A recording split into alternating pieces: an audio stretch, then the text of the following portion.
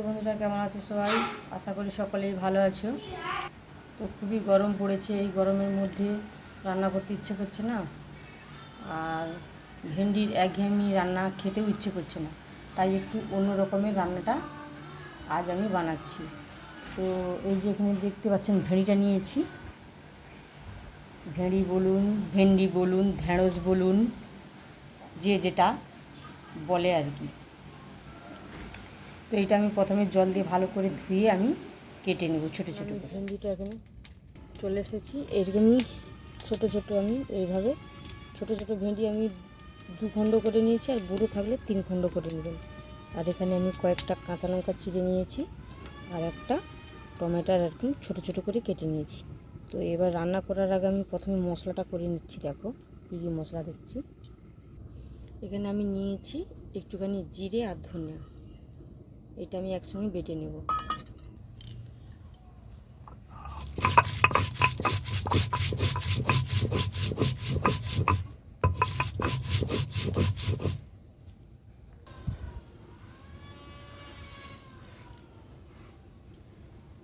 তো জিরা ধনাটা আমার বাটা হয়ে গেছে, এইটা এবার আমি নামিয়ে দিচ্ছি।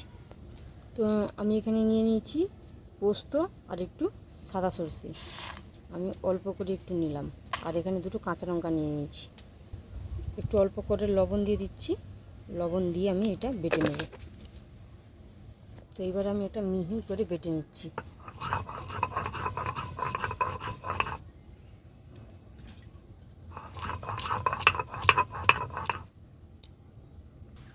তো পোস্ত সরষে লঙ্কাটা আমার বাটা হয়ে গেছে, এটা আমি নামিয়ে নিচ্ছি।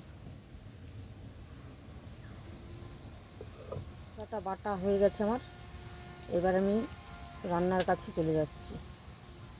তো এখানে উনানের মধ্যে আমি কড়াটা বসিয়ে দিয়েছিলাম, কড়ার মধ্যে আমি একটু সাদা তেল দিয়ে দিচ্ছি। তেলটা দিয়ে আমি ভেন্ডিগুলো ভেজে নেব। তো ভেন্ডিটা আমি ভালো করে একটু হালকা করেই ভাজবো, আর ভেন্ডিটা আমি আজকে ভাপা বানাবো। ভেন্ডিটার মধ্যে যে লালা ভাবটা থাকে, ওই লালা ভাবটা নেড়ে নিয়ে আমি নামিয়ে নেব। আমি অল্প করে একটু নুন দিয়ে দিচ্ছি এখানে। ভাজার মধ্যে নুনটা দিয়ে দেবে, তাহলে ভেন্ডির মধ্যে নুনটা ভালোভাবে ঢুকবে, তাই আমি একটু নুনটা দিয়ে দিলাম। দিয়ে আবার ভালো করে নেড়ে চেড়ে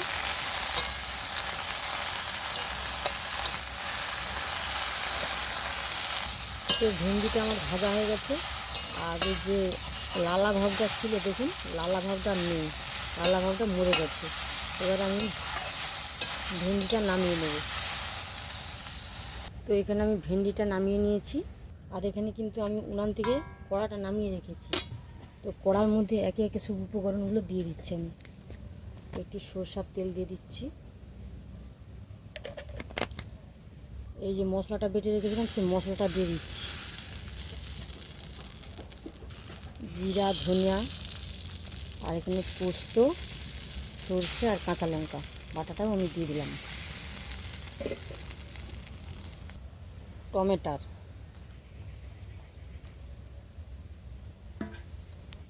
হলুদ। তো আমি এখানে গুঁড়া লঙ্কাটা দিচ্ছি না, আপনারা চাইলে একটু গুঁড়া লঙ্কা কাশ্মীরি লঙ্কা দিতে পারেন। আমি এইটা সম্পূর্ণ কাঁচা লঙ্কা দিয়েই করব। অল্প করে আমি একটু নুন দিয়ে দিচ্ছি। ভেন্ডি ভাজায় আমার নুন দেওয়া ছিল, আমি নুনটা দেখেই দেবো। তো এবার আমি যে ভেন্ডিটা ভেজে রেখেছিলাম, সেটা এবার দিয়ে মশলাটা আমি ভালো করে মেখে নেব। এটা হাত দিয়ে মাখতে পারলে খুবই ভালো হয়, কিন্তু ভেন্ডিটা গরম আছে বলে তাই আমি খুন্তি দিয়ে একটু নেড়ে চেড়ে মাখিয়ে নিচ্ছি মশলাটা।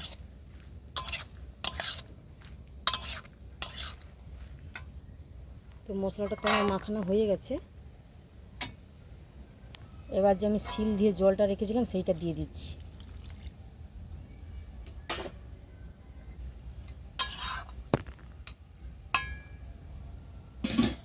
তো এবার আমি উনানটা ধরিয়ে দিয়েছি, উনানের মধ্যে এবার কড়াটা আমি বসিয়ে দিচ্ছি। তো উপর দিয়ে আমি আর একটু অল্প করে সরষের তেল দিয়ে দিচ্ছি, যেহেতু এটা ভাপা হচ্ছে। তো আমি এটা কড়ার মধ্যে বসিয়ে দিয়েছি, আপনারা চাইলে এটা টিফিন কৌটার মধ্যেও বসাতে পারেন। তো আমার উনানটা বয়ে যাচ্ছিলো বলে তাই আমি কড়ার মধ্যেই বসিয়ে দিয়েছিলাম।